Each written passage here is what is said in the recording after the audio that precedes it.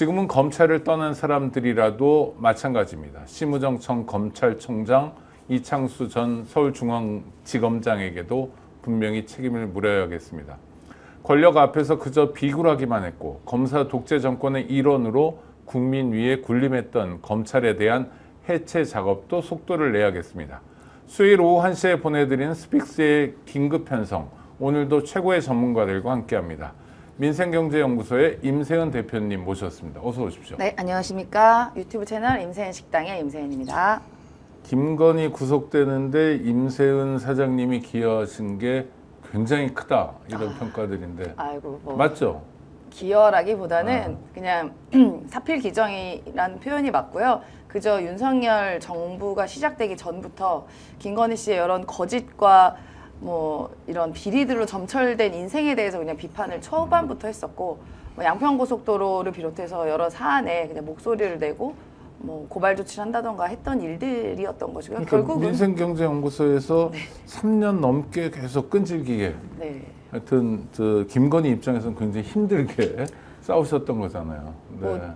그러니까 모 인사가 아. 김건희 씨랑 가까운 분이 좀 있어요. 근데 이분이 저랑 아주 어릴 때 알았던 분인데 이분이 극우 인사가 되시는 바람에 갑자기 네네. 김건희 씨랑 약간 뭐 만나서 밥도 먹고 이런 일이 있었나 보죠. 근데 저한테 연락이 와서 김건희 씨가 널 너무 미워하더라. 그러니까 미워했다. 네, 좀 너 자중해라. 뭐 이런 식의 아이고. 경고를 들은 적도 있습니다. 저 같아도 미워할 것 같아요.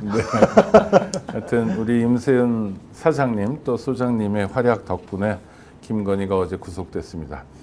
최고의 전문가시죠? 김종욱 박사님도 스튜디오에 모셨습니다. 어서 오십시오. 네, 안녕하세요. 네, 여름인데 그래도 조금씩 변화가 있는 거죠 지금? 오늘 보니까 하늘이 뭐 뚫린 것처럼 비가 오기도 했고 제2의 장마랍니다. 예, 그다음에 네. 아침 저녁으로는 그래도 좀 선선해서 바람도 불고 그래서 역시 여름은 지나가는구나. 윤석열, 김건희도 역시 구속이 되는구나. 네, 네. 그래서 국민의힘 자연의 섭리를 이길 수는 없을 것 같다.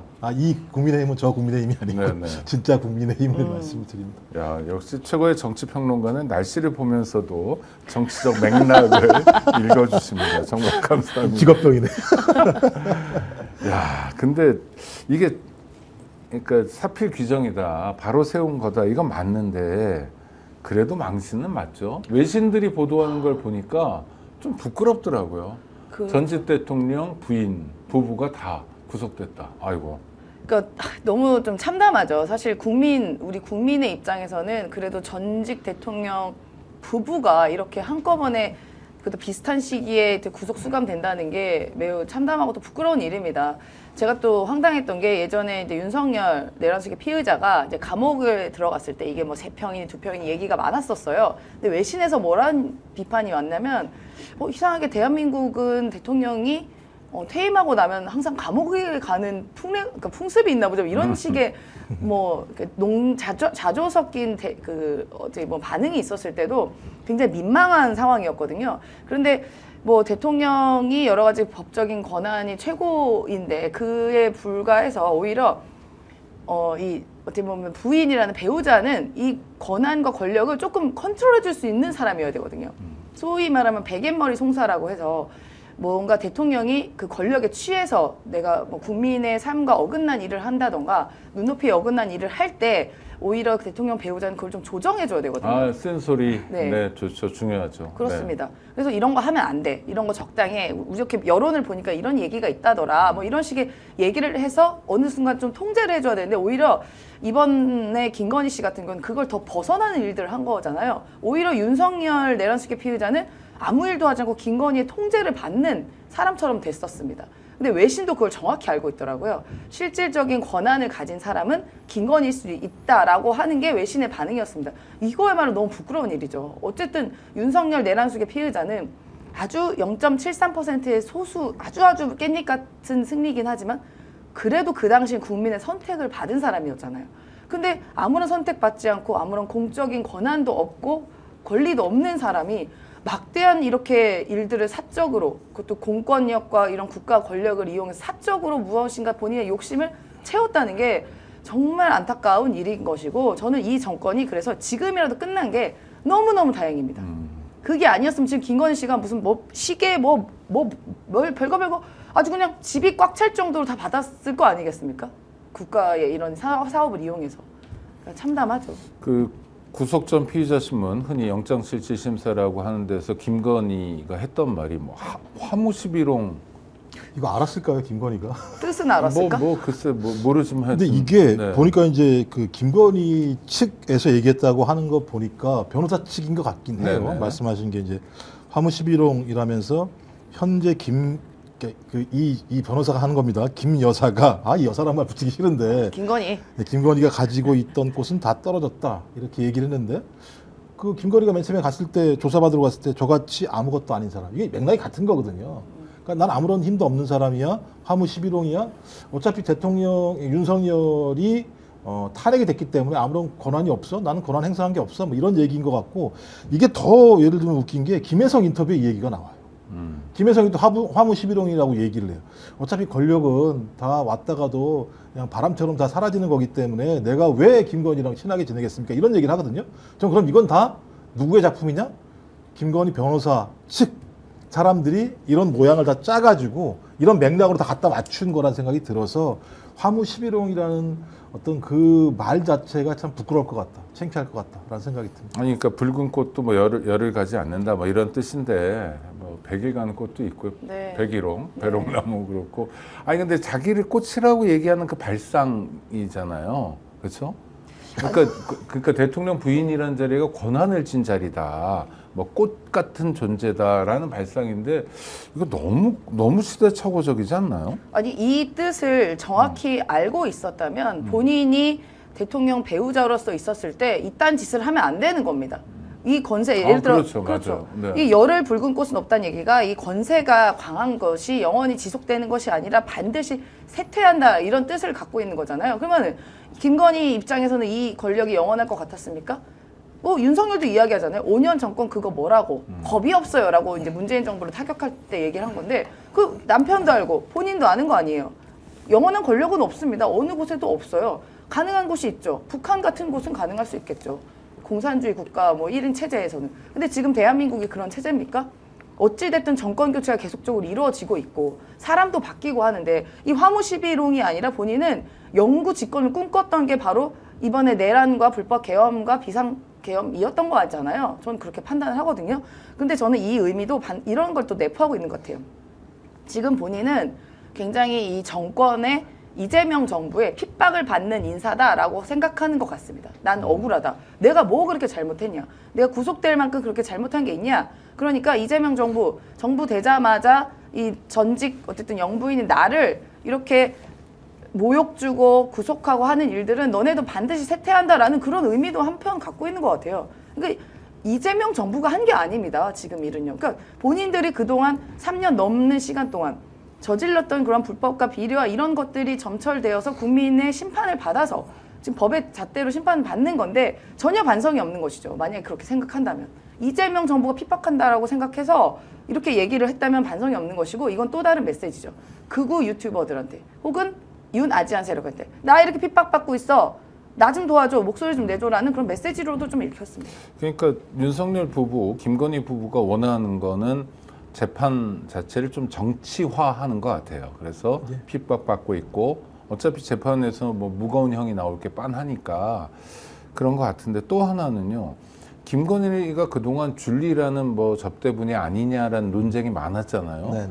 그런데 특검 수사를 통해서 보면 이 사람이 무슨 접대부로서의 면모가 중요한 게 아니라 실제는 굉장히 중요한 브로커 같아요. 예, 뭐 좋은 말로 로비스트 같은 거죠. 그렇죠. 요즘에. 돈을 만들어내고 그다음에 사람들을 붙이고 거기에 권력을 과감하게 이용하기도 하고 겁 없는 브로커 뭐 이런 느낌인데 김 박사님 어떻게 보셔요? 지금까지 그 김건희 엄마가 했던 행각들을 보면 대부분 다 그런 거죠.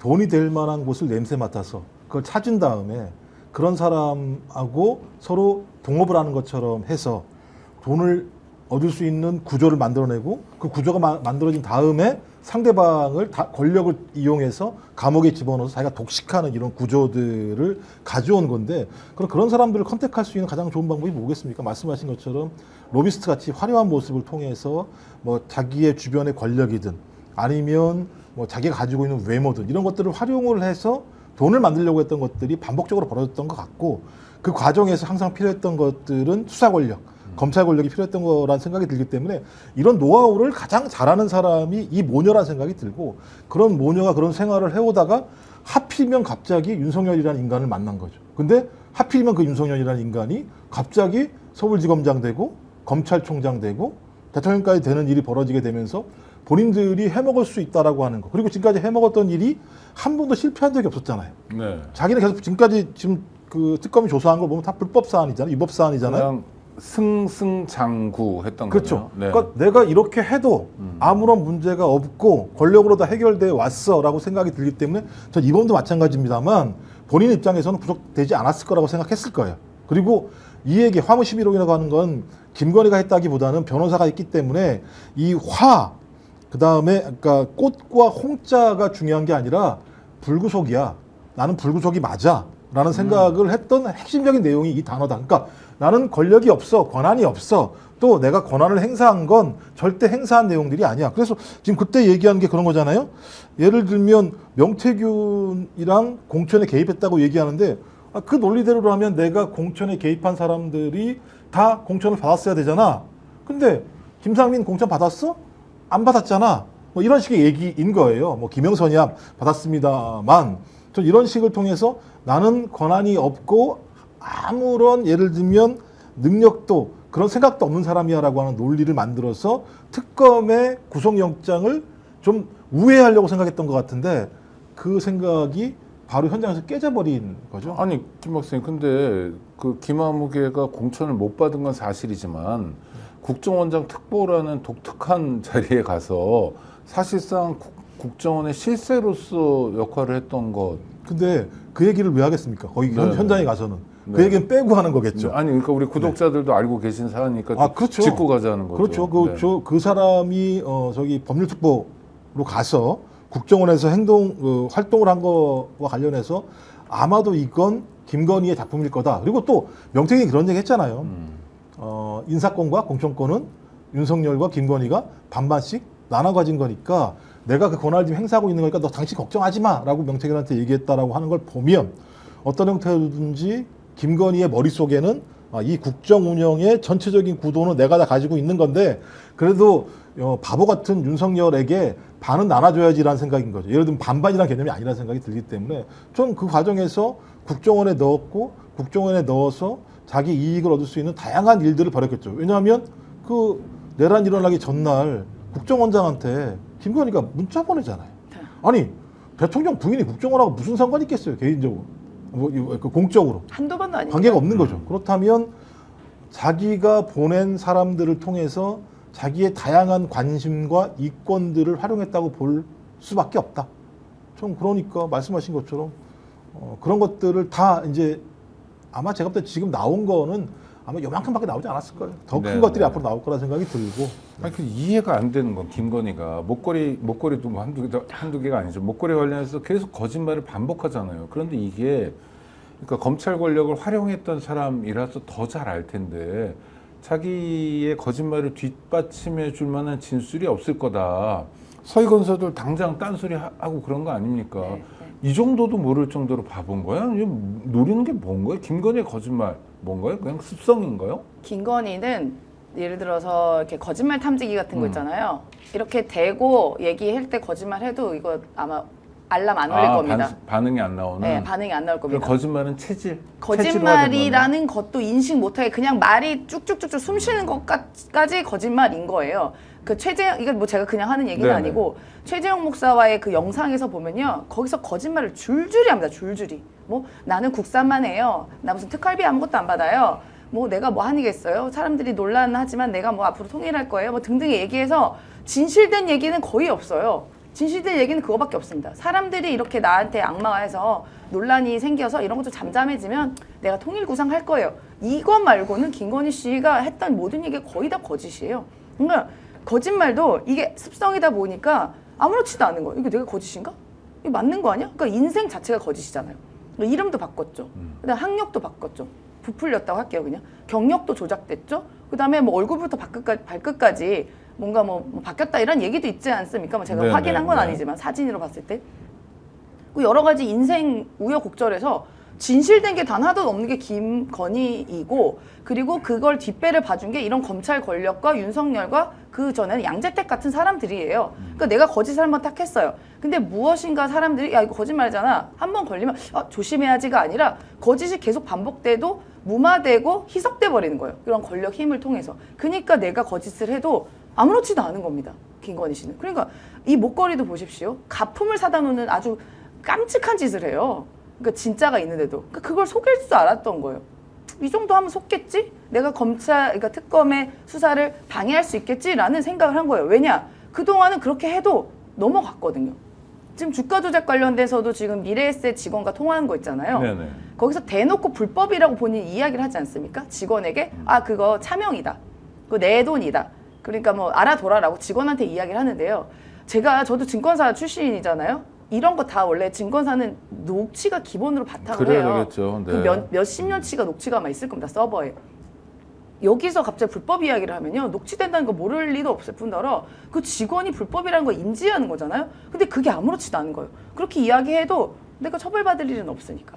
그런데 이게 결국은 나오지 않습니까? 그러니까 인생이 원래 이렇게 이 김건희 씨뿐만 아니라 이 가족 최은순 씨부터 비롯해서 이런 분들이 그냥 그렇게 거짓을 아무렇지 않게 살아왔고 이득을 취했고 벌을 안 받아서 이번에도 똑같이 생각한 겁니다. 아마 이번에도 영장 실질 심사 받으러 들어갈 때까지도 내가 구속될 일은 없어 이렇게 생각했을 거예요.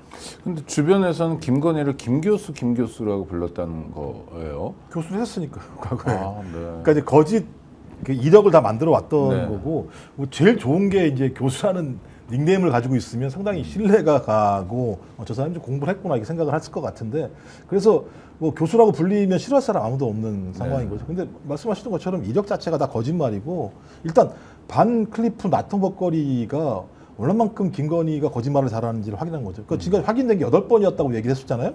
맨 처음에 무슨 뭐 거기에 가서 현지지. 지인한테 2개를 빌리고 소상공인한테 하나 샀다. 그다음에 또 가품을 샀다. 지인한테. 그다음에 그 지인이 누구냐? 나중에 봤더니 자기 친오빠였다가 엄마였다가 막 8번이 바뀌었다가 이번에 구속영장 실질 심사할 때 다시 9번 바뀐 거잖아요. 서희건설에 실물 내놓으니까 자기가 받은 거잖아요. 결론적으로. 그다음에 또 10번째 거짓말을 해요. 판사가 물어보잖아요. 받았습니까? 진짜? 안 받았는데요?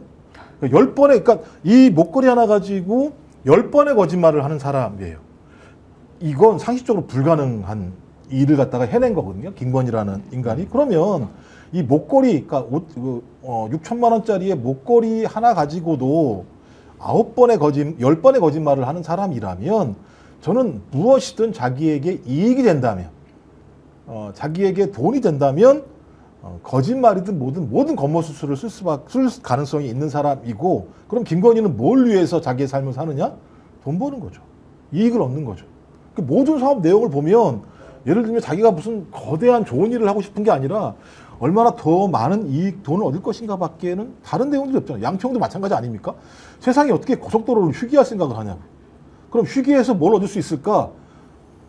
양평 국민들의 더 풍요로운 삶이 아니잖아요. 자기 개인의 이익을 위해서 저렇게 했던 거지 않습니까?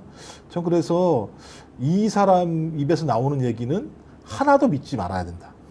아니 그러니까 일종의 광인 같아 보여요. 네. 미친 사람 네. 같아 보이고 뭐 자기 확신도 강하고 어쩌고 그러는데 근데 이 사람이 어떻게 이렇게 통하죠? 통했죠? 그동안 권력의 힘?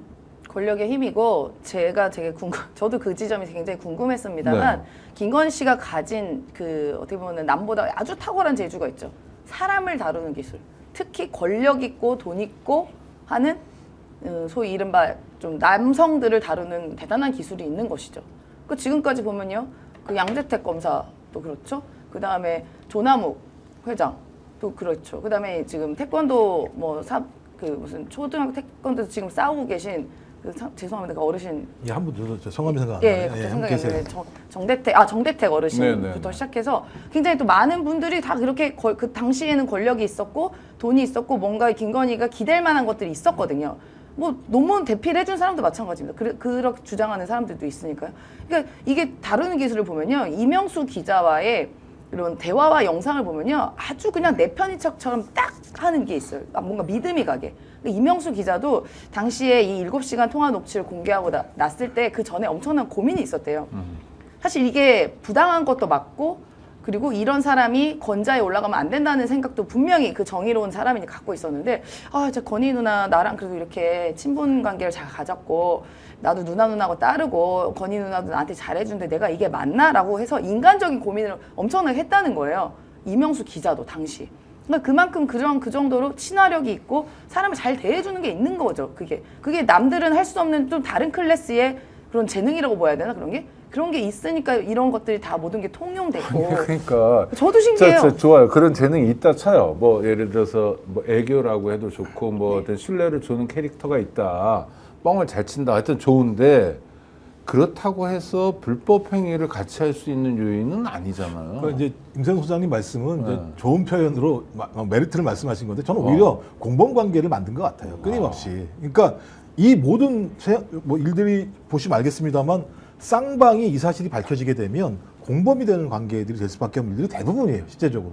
그 중에 몇 분 같은 경우는 감옥에 들어가서 나중에 이제 정대택 이런 분들 같은 경우는 말씀을 그러니까 사실을 밝히면서 사회적 이슈가 됐습니다만 그때도 마찬가지로 그 공범 관계에 있는 검찰 권력들 이런 사람들이 그걸 다 무마를 하는 과정들이 있었던 거잖아요. 그러면 방법은 그런 거죠. 서로 깊숙이 공범 관계에 있으면 끝까지 이것을 막기 위해서 더 큰 힘들을 쓸 수밖에 없는 일들이 반복적으로 벌어진 게 아닌가 생각이 들고 그걸 아마 김건희는 말씀하신 임성수 소장님 말씀하신 그 노하우 플러스 공범관계를 만드는 과정을 통해서 거대한 제가 볼 때는 범죄 네트워크들을 계속 양산해 냈던 것 같고 이 양산의 과정이 깨지려면 김건희라고 하는 자기의 삶 자체가 꺾여야 되는데 실제로 지금까지 안 꺾였잖아요. 더 잘 나가죠. 그죠. 그러니까 많은 사람들이 그걸 두려워했겠죠. 두려워하니까 그 두려움이라고 하는 부분에서 내가 양심 고백하는 것보다 그 안에서 이익을 얻는 게 훨씬 더 나은 거 아니겠어요? 어떤 면에서 검찰공화국이라고 하면서 그 검찰공화국 검사들의 힘을 가장 잘 썼던 사람이 오히려 검사보다 김건희가 아닌가 이런 생각이 들 정도네요. 네, 맞습니다. 김건희 씨가 또 이런 말도 해요. 저는 이것도 하나의 이제 김건희 씨가 그동안 이런 거짓과 이런 것들이 무마됐던 이유가 김건희 씨가 우리는 챙겨주는 건 확실하지 이런 식의 말을 한 적이 있어요. 그래서 실제로 이명수 기자한테도 내가 1억 줄게 명수 씨 뭐 나 좀 도와줘 뭐 이런 얘기를 하는 거 보면 사람이 이렇게 뭔가 호의를 베풀어 주면 싫을 사람이 없거든요. 그러니까 이런 점도 다분히 다각도로 노력해서 아마 이런 식으로 사람을 휘어잡는 그러한 방법이 있는 것 같은데요. 이제 끝났죠. 이제 그런 게 통했다는 게 참 네. 역겹고 김건희라는 인물 캐릭터도 역겨운데 자 서희건설 회장 이봉관 씨 갑자기 이제 특검 수사에 협조적입니다. 자기가 선물했다라고 이제 자수서를 냈는데 당선 축하 선물이라는 거예요. 그러면 서희건설만이 아니라 당선 직후에 네. 굉장히 많은 기업들이 김건희의 캐릭터를 알았을 거 아니에요. 네. 그러면 선물을 바치고 싶은 마음이 많지 않았을까? 이거 합리적 의심 아닙니까? 그러니까 이제 이게 앞으로 밝혀져야 되겠죠. 그리고 아직까지는 이제 서희건설이라는 게 하나가 밝혀졌는데 말씀하신 것처럼 목걸이 하나가 아니었잖아요. 목걸이 2개랑 팔찌 하나가 있었다고 얘기하고 총합이 한 9천만 원 정도니까 1억 정도를 로비를 해서 근데 그냥 야 당신 남편이 대통령 했으니까 축하해라고 해서 1억을 로비하는 선물하는 사람은 없을 거라 생각이 들기 때문에 그럼 1억 정도를 자기가 로비를 하면 그만큼 얻을 것이 있을 거라고 판단해서 한 거니까 그러면 이 사례에서 어디서 볼 수 있냐? 저는 IMS 모빌리티가 가장 좋은 사례라고 봐요. 효성건설 자기들 예를 들면 그 총수 일가 내부에 문제가 있으니까 그 문제 해결해주고 카카오 모빌리티 같은 경우도 마찬가지입니다만 기업 내에 문제가 있으니까 그것도 해결이 됐고 실제적으로 공정위에서 해결된 게 있고요. 그 다음에 키움증권도 마찬가지입니다. 주가 조작 문제가 있으니까 그것도 해결됐고 이런 식으로 검찰 권력이나 공정이라고 하는 국가 권력을 활용을 해서 그 문제를 무마해 주고 무마의 대가로 IMS 모빌리티라는 데서 투자를 받게 하는데 그 투자가 184억 정도가 됐다고 하는 거니까 그 다음에 뭐 삼부도 마찬가지잖아요.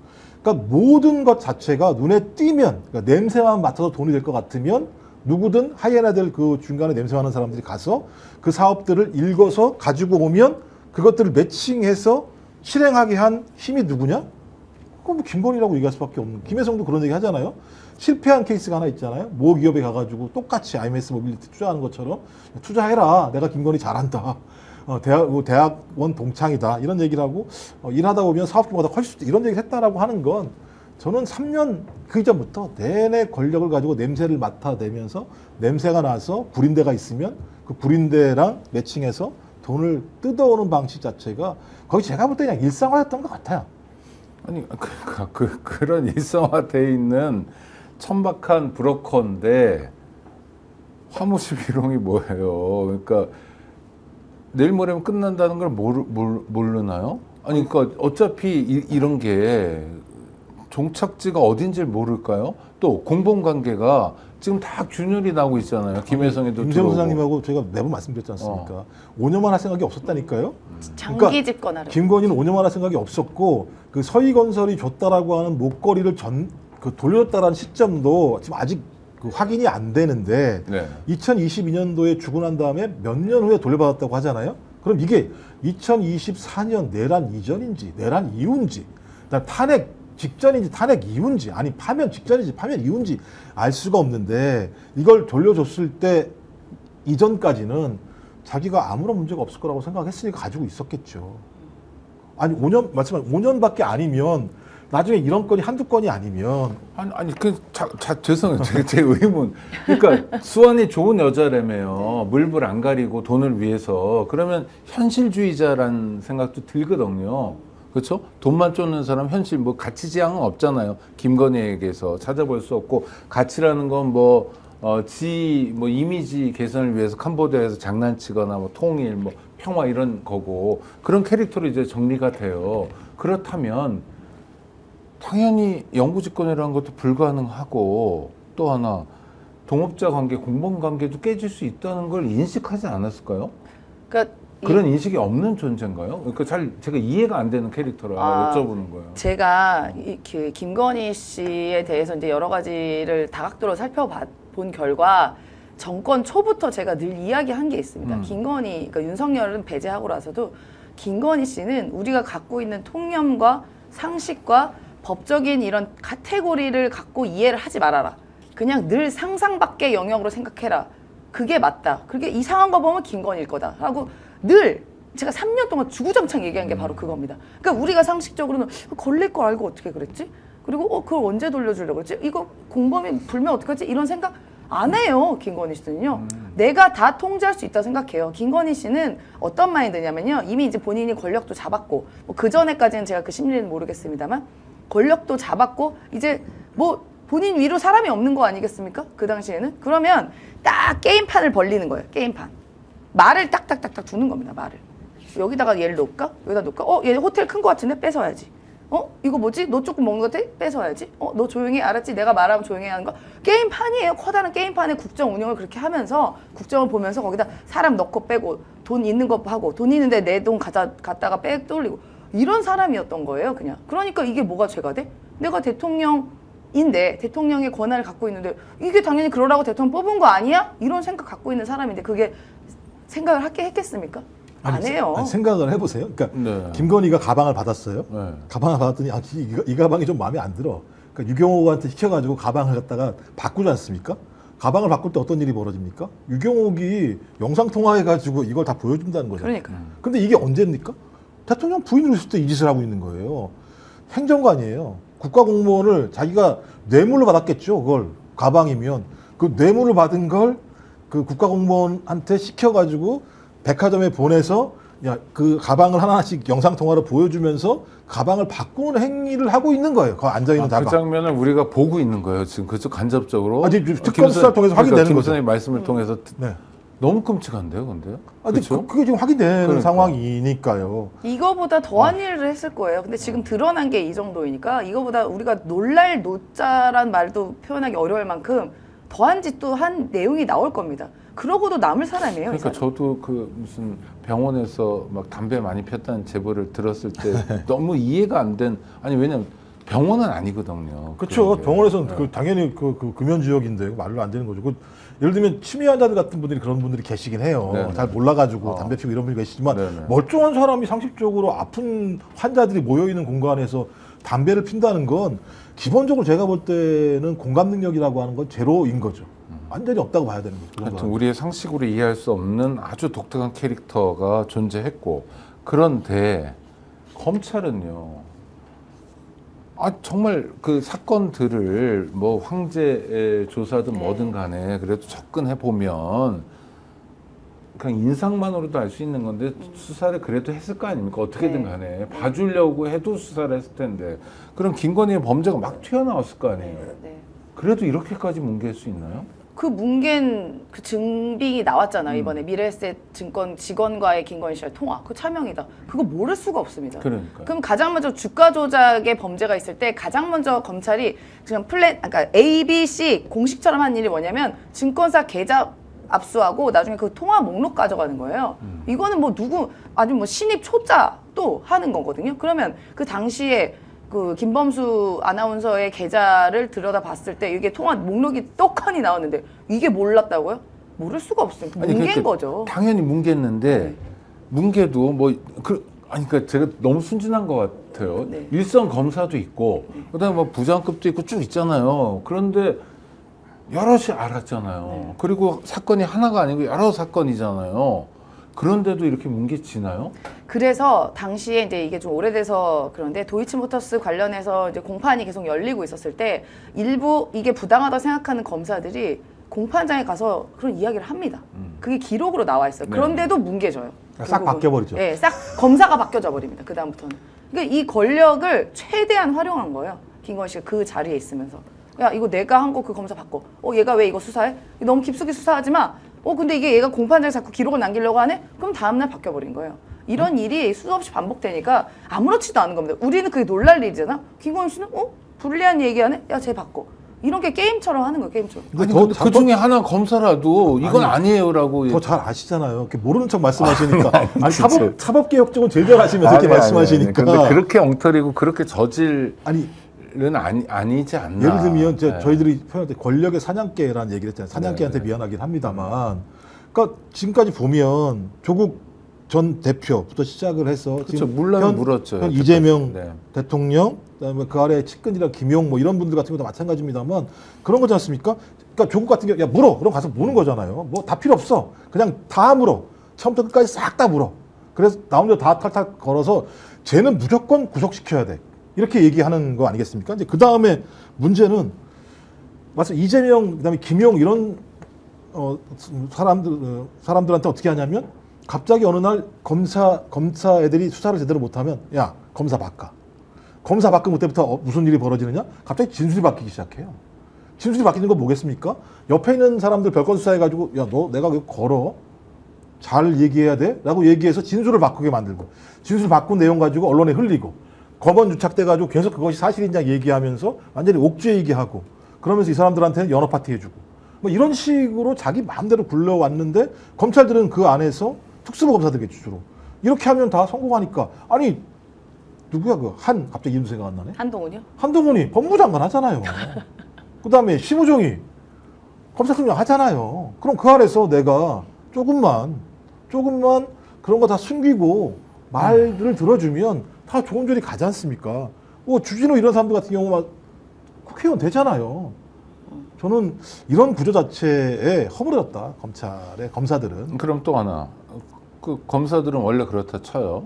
예? 그런 사람들, 그러려는 욕구로 가득 찬 집단이다. 그러면 국힘은요? 국힘은 훨씬 범위가 넓고 훨씬 더 많은 사람들이 등장하는 공간이잖아요. 그러니까 자기들끼리 많은 정보를 주고받았을 거 아니에요. 오늘도 김건희가 그랬대라거나 이럴 때 치고 나올 정치는 하나도 없었나요? 지배당한 거죠. 사실 국힘 입장에서는 국민의힘 입장에서는 굉장히 치욕스러운 겁니다. 왜냐하면 저는 국민의힘을 단 0.0001도 지지하지 않습니다. 민주당 오랜 당원인데 그래도 나름 국민의힘이 역사라는 게 있어요. 역사라는 게 그냥 쭉 내려온 거 있잖아요. 뭐 그 전에 뭐 박정희 때부터 내려왔던 아니 그리고 김영삼 네, 걔도 갔죠. 네. 쭉 그런 역사라는 게 있어서 그래도 나름 본인들이 보수 쪽에 정통이 있다고 생각해요. 그리고 일부는 다른 생각 가진 분들도 계시고요. 그러면 결국은 여기는 침략당한 거 아닙니까? 국힘은? 어제 듣도 보도 못한 윤석열이라는 심지어 전 정부의 검찰총장이었어요. 자기들이 나가서 검찰총장 청문회 때 뭐라고 비판해서 최악의 검찰이다 막 이렇게 얘기를 했던 그 사람한테 침략 당한 겁니다. 엄청나게 그것도 멍청하고 능력 없고 부인은 이상한 범죄에 연루된 그 사람한테 침략 당한 거니까 치욕스러운 것이죠. 근데 거기서만 된 게 아니라 지금 아예 당을 완전 뽀개고 있지 않습니까? 그러니까 어떻게 보면 윤석열이 나름 본인의 작전에 성공한 거예요. 윤석열이 입당하기 전에 뭐라고 얘기했냐면 이 국힘이 쥐새끼 같은 놈들 엉뚱한 짓 하면 내가 이거 당을 다 뽀개버려야지. 입당 전에 그렇게 이야기를 했는데 그걸 듣고도 이 윤석열이라는 사람을 영입했습니다. 그리고 결국 대통령 후보를 만들고 대통령까지 만들고 그리고 거기에 기생하고 국힘이 초반에는 권력이 세니까 특히 검찰 출신의 대통령이 되니까 거기에 이제 빌붙은 거예요. 예를 들면 이랬겠죠. 윤석열도 국힘 의원들이 하도 비리 있는 사람들이 많으니까 뭔가 바른 소리를 할 것 같아. 그러면 야 내가 검찰 시켜서 캐비넷 연다? 너 어디서 접대받았던데? 그런 거 있던데? 너 약간 뭐 어디 부적절한 관계 있던데? 이런 거 하나하나 하면 입 딱 다물게 되지 않겠습니까? 지금 권성동도 지금 이제 나오는 거잖아요. 그런 짓거리를 그동안 하고 있었던 거고 그게 동조했던 것이고. 아니 권성동이 이제 나와요. 뭐 큰절을 하고 쇼핑백을 받아갔다는 게 나오는데도 통일교 골프장에 가서 골프 치다 걸렸어요. 이건 어떻게 봐야 됩니까? 마약이죠, 마약. 못 참는 거죠. 아마 만났을 때에는 어떤 형태로든지 지금 가장 큰 문제가 더 많은 사실들이 밝혀지게 되면 권성동은 앞으로 정치할 수 없는 거잖아요. 그럼 제일 좋은 방법은 뭡니까? 서로 입 맞추는 거죠. 입 맞추는 과정들 작업이 벌어지지 않겠어요? 그러니까 그 직접적 가서 한 거라는 생각이 드는 것이고 아마 권성동은 자신 있었을 거예요. 과거 그 어디죠?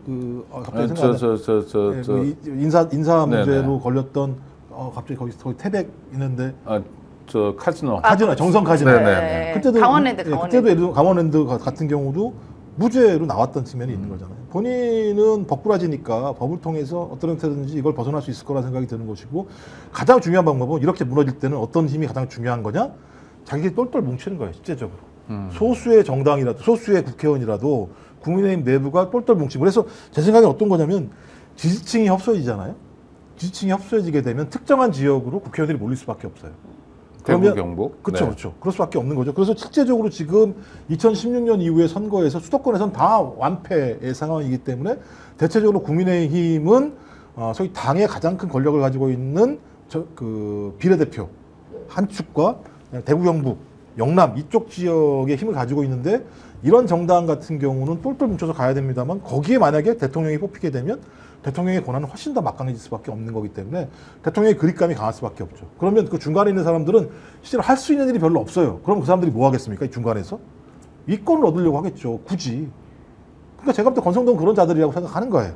그러니까 이런 꽉 짜여진 구조에서 자기들이 정치적으로 성장할 수 있는 공간은 많지 않은 상황이라면 자기들이 거기서 이익을 얻는 게 최고의 선택이라고 판단할 수밖에 없는 그런 구조겠죠. 그래도 뭐 강릉 사람들이 아무리 바보여도 반복적으로 선택해 줬잖아요. 네. 그리고 당에서 요직도 지냈잖아요. 게다가 이런 뇌물 문제가 터져 나오는 상황에 정말 얼굴을 거의 뭐 복면가왕 같았어요. 뭐 어마어마하게 가리고 그렇죠? 네. 그리고까지 통일교 골프장에 가서 골프 치는 이 사람의 마인드 이건 뭔가요? 이게 전형적인 윤석열, 김건희 류의 마인드인 거죠. 그런 비슷한 사람들끼리 뭉친 거예요. 결국 뭐 제가 이거 말하기 좀 더러울 수 있지만 뭐는 먹기를 뭉친다고 하잖아요. 쫙 달라붙어서 뭉치는 거죠. 비슷한 사람들끼리. 그러니까 찐윤하면 딱 대표적인 얘가 권성동. 왜 권성동이냐? 쥐들이랑 비슷하니까. 비슷한 생각, 비슷한 사고, 비슷한 행동들을 하니까 더 친해진 거 아니겠습니까? 아무렇지도 않은 거예요. 그러니까 김건희 씨도 보면요. 다시 김건희 씨 얘기를 제가 다시 하면 디올백 받았잖아요. 영상에 나와서 전 국민 혹은 전 세계가 봤는데 그 이후로도 뇌물이 안 받았겠습니까? 이게 뭐 더우니까 더 줬네? 야 디올 같은 작은 거 줬는데 이제 더 비싼 거 와야겠네. 이런 식의 태도인 거예요, 이 사람들은. 왜냐?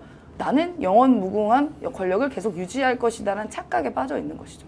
우리나라 대한민국 국민과 시민들이 이렇게 위대하고 민주주의가 발달되고 시스템이 있다는 것을 자기들은 인지하지 못한 거예요. 왜냐? 그동안 그렇게 다 빠져나가서 살아왔기 때문에. 근데 지들끼리도 서로 무시해요. 네. 권성동 그때 윤석열 정확히 기억 안 나는데 무슨 일이 있으니까 아이씨 뭐 이런 게 있잖아요. 그러니까 지들끼리도 지들이 서로 무시하면서 이익을 위해서라면 그 순간은 서로 접점을 만들어서 이익을 얻는 방식인 거죠. 왜냐하면 그들한테 남는 거 그거밖에 없다고 생각하는 거기 때문에. 그래서 제가 볼 때는 이런 얘기는 해봤자 끝도 없는 얘기고 저희들이 이해할 수 없는 얘기 같아요. 그런 종자들을 만나기가 쉽지 않기 때문에 저희들이 아무리 이걸 애써서 이해해 보려고 해도 그냥 이해할 필요 없다. 죄를 밝혀서 그 죄값을 받게 하면 된다 이렇게 생각을 자, 합니다. 검사들과 검찰과 그다음에 국힘의 유력 정치인들은 우리가 이해할 수 없는 사람들이다. 죄값을 받게 해야 된다. 전적으로 동의합니다만 권성동을 반복적으로 선출해준 강릉 시민 이건 한마디 해야 되는 거 아닌가요? 그러니까 아무나 그냥 공천만 받으면 되는 상황 이게 계속 반복돼야 되는 건가요? 강릉 같은 아, 좋은 도시에서 진짜 좀 안타깝죠. 사실 뭐 여야 불문하고 그 각 당에 유리한 지역들이라는 게 소위 말하면 있잖아요. 그렇게 좀 말씀드리는 게 거기 계신 유권자분들에게 좀 죄송스러운 얘기지만 어쩔 수 없이 지역 구도가 이렇게 공고화가 되다 보니까 뭐 여든 야든 그런 지역의 일부는 있잖아요. 그래서 그런 부분에 대한 전반적인 반성도 전 분명히 필요하다고 생각하고요. 되게 또 근데 특징이 뭐냐면 이런 권성동류의 사람들은요. 지역에 가면요. 지역 주민한테 엄청 잘합니다. 각종 또 이제 권력 있고 조직이 있는 사람들 또 이런 이권들을 막 주기도 하고 뭐 특혜를 주기도 하고 이런 식으로 조직 관리를 또 굉장히 탁월하게 하는 게 또 있습니다. 안타까워요. 저도 그래서 조금 더 우리 정치 전반이 사람 중심 물론 정당도 당연히 중요하지만 그리고 이렇게 그 정치 정의가 조금 또 바로 설 수 있는 좀 기반이 됐으면 좋겠습니다. 근데 권성동이랑 또 이렇게 대구 경북에 있는 그런 분들도 물론 공천만 받으면 내가 된다 이런 생각도 분명히 있겠지만 또 지역 관리 또 거기 가서 나름 이권 막 뿌리면서 해요. 아니 답답하죠. 그러니까 저 이춘석을 찍어준 그렇죠. 지역구 네. 주민들도 반성하고 권성동 찍어준 사람들 반성하고 저는 국민은 늘 옳다에서만 멈추는 게 아니라 국민들이 만들어낸 이 선출직 공직자들이 어떻게 움직이는지에 대한 책임도 좀 져야 되는 게 아닌가 하는 생각이 들어서 드리는 말씀입니다. 말씀하신 건 국민들이 궁극적으로는 주권자이기 때문에 소위 말씀하신 것처럼 국민들이 실패할 수는 없는 거죠. 근데 이제 교정의 능력이 얼마나 빠르게 작동할 수 있느냐가 가장 중요한 문제인 건데 지역주의 정당은 어디나 다 있어요, 실제적으로. 우리나라만 그런 문제가 아니고 네. 전 세계적으로도 그 어느 지역은 계속 그 사람만 뽑습니다. 일을 잘하건 잘 못하건. 그건 지역주의라고 하는 것 자체가 소위 유권자들한테 상당히 예를 들면 오랫동안 자기의 삶의 방식으로 다가오는 사람들이기 때문에 그런 측면들이 분명히 있는 것 같고요. 그래서 그런 얘기 하잖아요. 그 영남 같은 경우 내가 국민의힘이 못하는 거 다 알아. 근데 민주당은 안 돼. 이런 생각들을 가지고 계신 분들이 꽤 많이 계신 것도 사실이고 그때 강릉도 아마 그런 분위기가 꽤 많이 있는 것 같아요. 그러면 핵심은 뭐냐? 강릉에 있는 유권자분들의 문제가 아니라 소위 그런 나름대로 국민의힘을 지지해서 그 후보자를 뽑아준 어떤 강릉 시민들 또는 그런 유권자들을 위해서 국민의힘이 우경화되지 말아야 되는 거죠. 권성동이 그따위 짓을 하지 말아야 되는 거죠. 근데 이 문제를 야, 왜 강릉 시민은 이런 사람을 뽑았어? 라고 얘기를 하는 식으로 가게 되면 저는 이 문제는 치유될 수 없다, 해결될 수 없다는 생각이 들어서 말씀하신 것처럼 정당의 게이트키퍼 개념들을 가지고 잘 혁신해야 되는데 제가 또 그래서 국민의힘은 그런 자정력을 잃었잖아요. 그러니까 네. 제가 또 이제부터는 국민의힘을 존재해야 될 정당인가, 존재하지 말아야 될 정당인가. 저는 이 문제가 가장 핵심적인 우리나라에서의 정당 정치 핵심적 화두가 될 거라고 생각해요. 아니 그 전당대회를 앞두고도 네. 지금 2대2 구도라고 하는데 그러니까 김문수 장동혁 후보가 탄핵을 반성하고 그다음에 조경태 안철수 후보가 탄핵을 찬성하고 뭐 이러는데 실제로 탄핵을 찬성하는 내란이 잘못됐다고 말하는 사람들은 국힘에서 소수 아닌가요? 그렇게 돼버렸죠. 사실 그런 목소리가 아닌 분들이 더 많았어서 어느 정도 토론도 되고 자정 능력이 아주 조금은 있었었는데 지금 그런 사람 다 빠져나가지 않았겠습니까? 김상우 의원도 그렇고요. 김예지 의원도 뭐 거의 탈당 직전에 있고 그러니까 이런 분들이 목소리를 내다가 지쳐서 이제 나가서 정말 한중 같은 윤아지안 세력만이 강력하게 그런 조직을 품고 있어 버리게 된 것 같아요. 그러니까 그래서 저희가 늘 이야기하는 게 이 정당은 위원정당 해산 말고는 답이 없습니다. 네, 이제 아예 그걸 무너뜨려야 돼요. 이제 고쳐 쓸 수가 없습니다. 예전엔 조금 고쳐볼까 해서 고칠 수는 있을 단계는 있었는데 이제 아예 이런 세력은 다 빠져나가고 그리고 국민의힘, 민주당이 싫어서 국민의힘을 당원인 분들도 야 이것도 너무한 거 아니야? 내가 민주당 싫어서 국힘을 가입했지만 이렇게까지 극우와 이렇게 천박하게 가게 되면 나도 이게 창피하다 하는 사람들은 이제 없어요. 그러니까 그게 지지율로 나온 것이거든요. 차라리 무당층으로 간 사람들이 많이 생긴 거죠. 그러니까 이런 사람들끼리 어떻게 보면은 가장 그 오물 폐수 중에서 이제 가장 찌꺼기만 남은 상태 아니겠습니까? 여기서 이게 찌꺼기끼리 경쟁하다 보면은 더 누가 더럽나 경쟁을 하고 있는 상황이잖아요. 그러니까 누가 더럽나 경쟁 중에 이런 거예요. 예를 들면 장동혁 후보 같은 사람이 참 판사 출신인데 마이크 자꾸 떠드는 게 이재명을 탄핵하자 그러는 거예요. 나 그러니까 집권 2개월 만에. 아니 뭘 잘못했다고 탄핵합니까? 아니 그 모르겠어요. 그 대목을 제가 뉴스에서 봤는데 굉장히 저는 저 장동혁 의원을 그 전에 많이 봐서 좀 되게 충격적이었어요. 아, 사람이 저렇게 가는구나, 맛이 가는구나. 그리고 탄핵을 하려고 해도 말이에요. 탄핵이 빌드업이라는 게 있어야 돼. 만약 하고 싶다면 그런 거 없이 그냥 소리치면 되고 대중은 물론 제한된 대중이지만 국힘 당원들은 환호하고 이런 망하는 거 아닌가요? 그때 제가 볼 때는 너무 많은 걸 바라지 마시요. 왜냐하면 반성하겠습니다. 극우들 같은 경우는 네, 죄송합니다. 네. 문재인 정부 때부터도 빌드업이니까 나오자마자 탄핵하자고 얘기하고 빨갱이라고 얘기하고 뭐 문죄인 이렇게 얘기했잖아요. 네, 그래서 네, 다 네. 죽여야 한다고 얘기를 하는 정도의 상황이기 때문에 그러니까 저는 우리나라에서 핵심적인 것이 가장 중요한 게 이제 헌법적 가치를 지키는 것이 가장 보편적인 상식이 돼야 된다. 근데 헌법적 가치 핵심은 민주적 기본 질서다. 근데 극우들은 민주적 기본 질서를 지키지 않는다. 근데 그 극우적인 세력들의 사고 방식들을 그대로 정당에 투입하고 있는 것이 국민의 힘이라고 얘기한다면 그 정당을 그대로 유지하는 건 우리의 헌법적 가치를 훼손하는 것이며 민주헌정을 무너뜨리는 일을 우리가 방치하는 거다. 그렇다면 그 방치하지 않기 위해서 우리가 할 수 있는 일이 무엇인가 그 일을 하자라고 하는 방식으로 우리 국민들의 공감대를 만드는 게 더 중요하다고 생각해요. 알겠습니다. 상식 있는 사람들의 연대, 국민들의 제대로 된 연대가 이런 괴물 세력들에 대한 제대로 된 심판으로 이어질 것 같은데요. 김건희 얘기 조금만 더 해보겠습니다. 드디어 감옥에 갔는데 네. 남부구치소는 옛날 영등포 구치소가 이전한 건데 아, 예. 2011년에 졌습니다. 그래서 외관이 좋아요. 약간 네. 영국 건물 같고요. 약간 도서관 건물 같더라고요. 네네. 예, 예, 예. 붉은 벽돌 썼고 그 다음에 과밀도도 서울구치소보다 훨씬 나아요. 네, 그 여기 관할 따라 이렇게 가는데 네. 서울구치소 관할보다 남부구치소 관할이 좀 한가하달까? 물론 기본적으로 과밀이지만 네. 그리고 비교적 신청사 14년밖에 안 됐기 때문에 그렇죠. 괜찮아요. 그러니까 아니 조건을 그냥 구독자들께 네. 말씀드리는 거. 김건희는 감옥에서 잘 살까요? 어떨까요? 또 나름 또 인간이라는 게 적응의 동물이다 보니까 살다 보면 또 적응이 되겠죠. 근데 아마 지금 뭐 초반에는 굉장히 아마 고통스럽고 힘들 겁니다.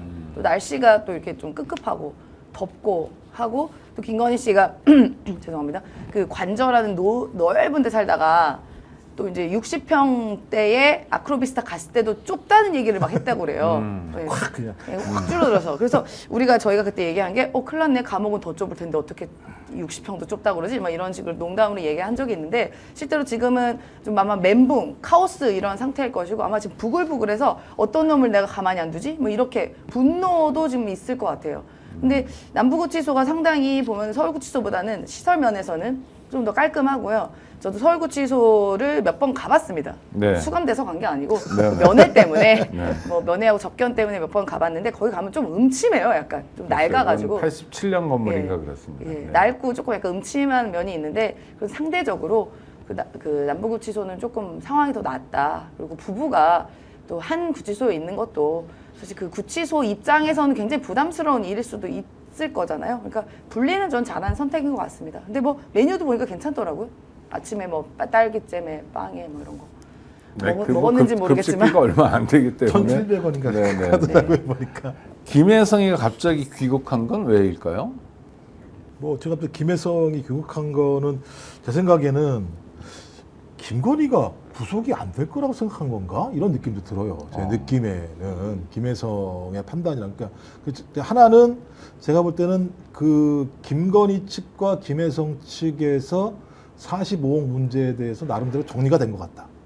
그러니까 이 문제는 이렇게 정리하면 문제가 안 될 수 있다라고 정리가 된 것 같다라는 느낌이 들고 또 하나는 제가 아까 화무시비라고 얘기했었습니다. 네네. 변호사가 쓴 말을 김혜성이 그 KBS랑 인터뷰할 때 썼더라고요.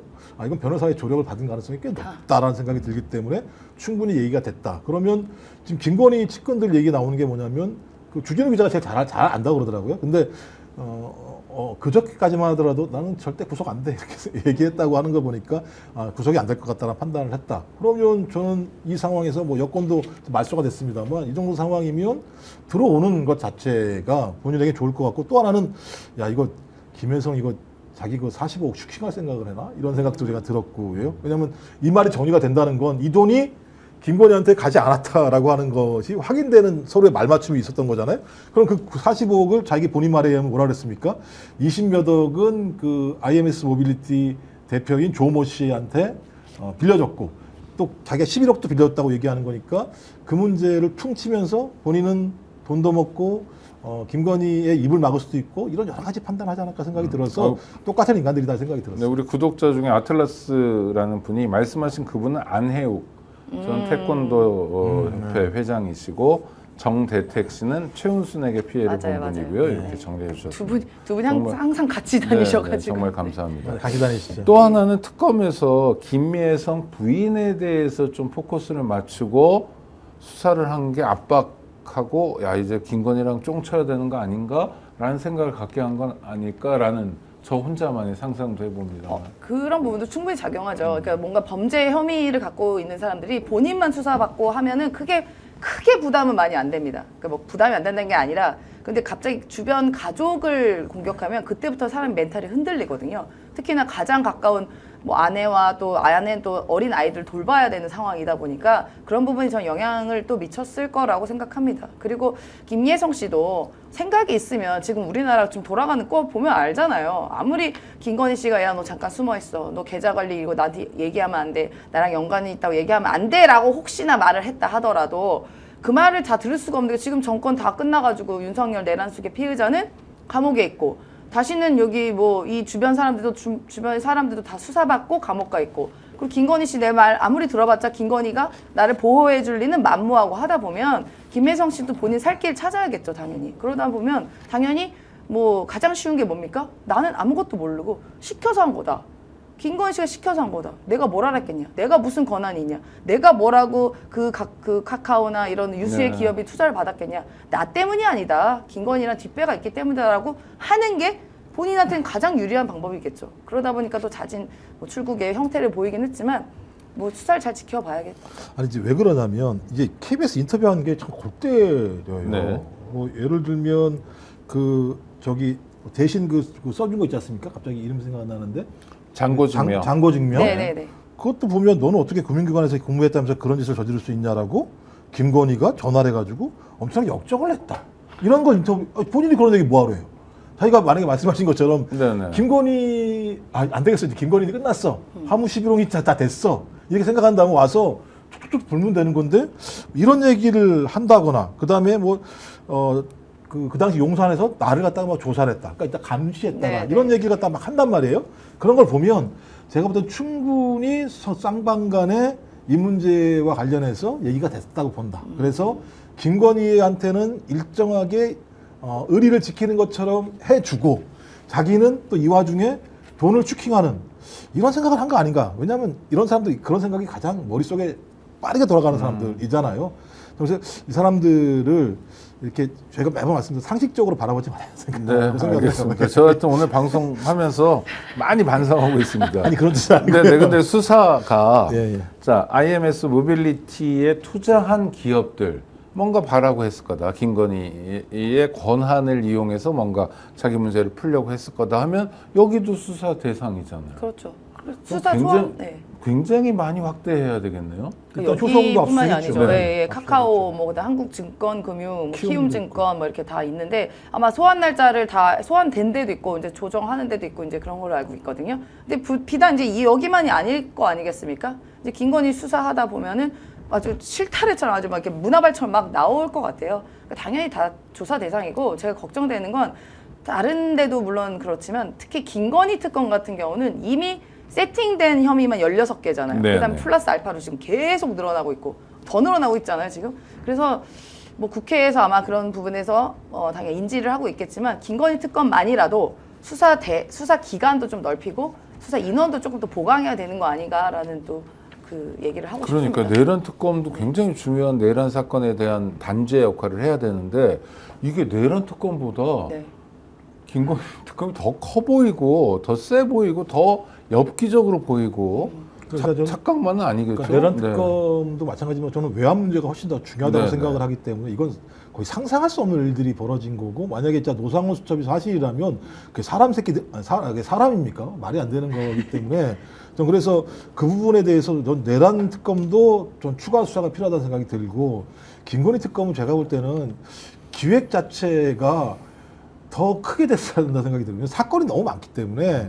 그러니까 예를 들면 서희건설의 회장처럼 직접 본인이 토설하지 않게 되면 강제 수사를 되게 많이 해야 되는 거잖아요. 근데 너무 사건이 많은데 검사는 내란 특검보다 숫자가 적거든요. 그러니까 몇몇 검사가 상당히 많은 사건들을 수사해야 되는 상황이기 때문에 저는 내란 특검도 마찬가지고 김건희 특검도 마찬가지고 제2, 제3의 특검으로 갈 수밖에 없지 않을까 생각이 들고 더 큰 문제는 이거로 파생되는 사건들에 대한 특검의 요구도 분명히 있다는 거죠. 네네. 그래서 야, 이 잘못하면 진짜 이 거의 특검 시즌이 되겠다는 생각도 들긴 해요. 왜냐하면 이게 상상하지 못한 일들이 너무 많이 벌어졌기 때문에. 아니 근데 국민적 결단이 만약 필요하다, 입법적 결단이 사실 국민적 결단인데 필요하다 하더라도 이 대목은요. 아니 우리가 그렇게 범죄 혐의들을 봤는데 그냥 넘어갈 수는 없잖아요. 이거 뭐 그럼요. 대승적 차원에서 국민 통합을 위해서 털고 가자 이럴 수는 없는 거잖아요. 아니, 이건 어떻게 대통령도 이런 말 하면 안 되고 아유, 절대 못 한다고 생각하거든요. 그러니까 국민을 죽이려고 했고 헌정을 무너뜨리려고 했고 그다음에 온갖 부패를 통해서 그 아주 평범한 주식 투자자들에게 엄청난 피해를 입힌 자들의 수사를 갖다가 정리하자라는 식의 통합이라면 그따위 통합은 동의할 수 없는 거죠. 당연하죠. 아니 법 통합이 뭐 이념과 가치에 대해서 뭐가 조금 이렇게 서로 배려하고가 아니라 이건 범죄에 대해서 어떻게 그거를 인정하고 그걸 털고 갑니까? 그건 통합이 아니에요. 죄를 눈 감아주는 그것도 범법 행위입니다. 네, 수사기관에서는 사건 암장이라고 부릅니다. 말도 안 되는 일이죠. 아니 그렇게 해야 우리 경제도 살아납니다. 전 세계도 저 나라가 정의가 섰구나. 그럼요. 제대로 작동하는 상식의 나라구나 생각을 하는 건데 초반에 말씀하신 외신을 보면 그걸 읽는 그 나라에 있는 사람들이 무슨 이런 나라가 다 있어라고 이거 생각할 뭐- 거 아니겠습니까? 이거 무슨 제정 러시아도 아니고 대한민국 같은 나라가 산업화, 민주화, 그다음 문화 역량까지 보여주는 나라가 속살은 이런 식이었다는 건 정말 망신 중에 그리고 망신이죠. 지금 네. 뭐죠? 그 빌보드 차트 1위 하는 게 대먼 뭔가 그 네, 네. 우리나라 노래가 1등하는 네. K-팝 데몬 몬스터. 그러니까 얼마나 데몬 많은 헌터스. 그 외국 사람들이 야, 이게 어떤 나라지? 야 문화는 되게 잘하는데 네. 야 전직 대통령 부부는 이따위 짓을 했어. 그래서 이거 빨리 좀 정의를 세우는 게 우리의 돈을 버는 그 경제를 살리는 데도 중요하다고 생각합니다. 근데 저는 그렇게 무자비한 짓을 했고 심지어 영구 집권을 하려고 불법 비상계엄과 내란을 일으켰던 이 사람들을 정말 시민과 민주주의의 힘으로 끌어내렸다는 것 자체만으로 저는 대한민국이 찬사받아야 된다고 그렇죠. K민주주의. 네, 그럼요. 네, 네. 네. 아유, 우리 구독자 중에 세인트님이 건희 맨 얼굴 보겠네. 그렇죠. 근데 감옥에서는 화장이 안 돼서요. 네. 보겠네요. 네. 참. 별로 보고 싶진 않습니다만 야, 궁금하긴 하네요. 네. 수사 받으러 나올지 모르겠네요. 또 저는 남편처럼 똑같이 김건희는 나올 것 같습니다. 왜냐하면 네. 남편은 사형 아니면 무기밖에 없지만 아, 김건희는 양형을 감경의 다툴 게 사유가 있기 있으니까요. 때문에 그래도 협조할 것 같아요. 이 사람은 그런 유형의 사람 같아요. 아니, 근데 함부로 볼 수 없는 게 그들은 늘 우리 상상 그 이상이어가지고 저는 김건희 씨가 소환받아서 특검 나올 때 그 권성동이 썼던 그 마스크 네네. 그거 다 쓰고 나오는 건 아닐까? 그런 물품을 살 수가 있습니까? 아니 농담처럼 굿즈에서. 얘기한 거예요. 농담처럼 얘기한 거예요. 아니 근데 저 평상복은 입을 수 있으니까요. 네. 네, 알겠습니다. 참 아유 구독자 여러분 들으신 바와 같습니다. 우리가 직전 대통령과 그 부인에 대해서 이야기하는 게 이렇게 힘듭니다. 대한민국이 어떤 나라인데 어떻게 만들어오고 어떻게 지킨 나라인데 또 내일 모레 8.15 아닙니까? 그런데 이 모양 이 꼴까지 됐다는 건 정말 답답하고 그 과정에서 김건희 부부만이 아니라 함께했던 모든 사람들에게 정말 단호한 엄단이 있어야 된다고 생각합니다. 전해드릴 말씀. 예전에는 인터넷 비교원이라고 불렀는데 지금 그냥 비교원입니다. 최대 128만 원의 혜택 놓치지 마세요. 인터넷 TV 신규 가입 시 48만 원, 휴대폰 구입 시 최대 50만 원, 정수기 렌탈할 때는 최대 30만 원의 혜택을 드립니다. 인터넷 가입과 동시에 알뜰폰 또는 휴대폰 새로 장만 없이 지금 쓰고 있는 휴대폰의 통신사만 바꾸면 최대 30만 원의 혜택을 돌려드립니다. 인터넷 성능은 거기서 거기죠. 혜택만 잘 비교해 보시기 바랍니다.